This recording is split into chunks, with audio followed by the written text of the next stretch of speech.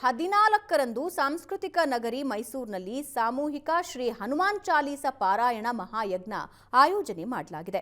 ಮೈಸೂರು ನಗರದ ಔಟಿ ರಸ್ತೆಯಲ್ಲಿರುವ ಅವಧೂತ ದತ್ತಪೀಠ ಗಣಪತಿ ಆಶ್ರಮ ಆಯೋಜನೆ ಮಾಡಿರುವ ಕಾರ್ಯಕ್ರಮ ಮೈಸೂರಿನ ಮಹಾರಾಜ ಕಾಲೇಜು ಮೈದಾನದಲ್ಲಿ ನಡೆಯುತ್ತೆ.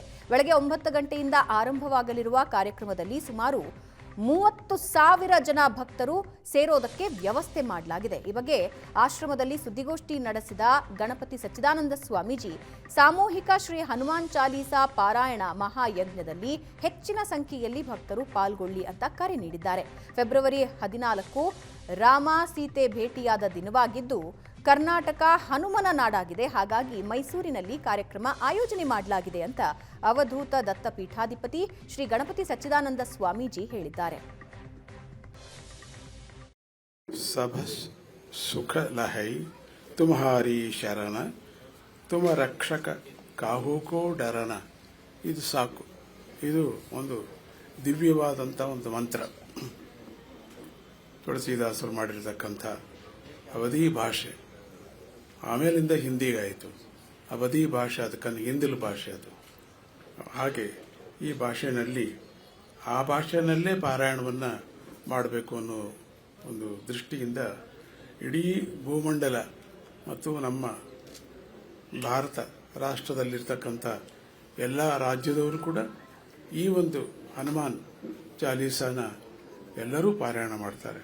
ಬಹಳ ಆಶ್ಚರ್ಯ ಸಂಗತಿ ಅಂದರೆ ಆಂಧ್ರ ಪ್ರದೇಶದಲ್ಲಿ ಆಟೋ ರಿಕ್ಷಾದವರು ಕೂಡ ಈ ಪಾರಾಯಣವನ್ನು ಮಾಡ್ತಾರೆ. ಲಕ್ಷಾಂತರ ಜನ.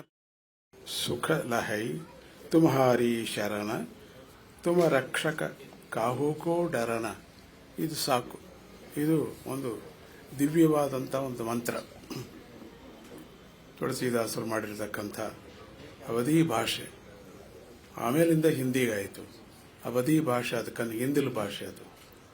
ಹಾಗೆ ಈ ಭಾಷೆಯಲ್ಲಿ ಆ ಭಾಷೆಯಲ್ಲೇ ಪಾರಾಯಣವನ್ನು ಮಾಡಬೇಕು ಅನ್ನೋ ಒಂದು ದೃಷ್ಟಿಯಿಂದ ಇಡೀ ಭೂಮಂಡಲ ಮತ್ತು ನಮ್ಮ ಭಾರತ ರಾಷ್ಟ್ರದಲ್ಲಿರ್ತಕ್ಕಂಥ ಎಲ್ಲ ರಾಜ್ಯದವರು ಕೂಡ ಈ ಒಂದು ಹನುಮಾನ್ ಚಾಲೀಸನ ಎಲ್ಲರೂ ಪಾರಾಯಣ ಮಾಡ್ತಾರೆ.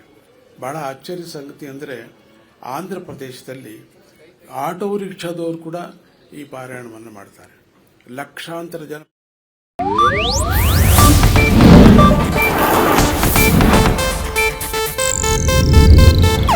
ಇದು ಏಷ್ಯಾನೆಟ್ ನ್ಯೂಸ್ ನೆಟ್ವರ್ಕ್ ಪ್ರಸ್ತುತಿ.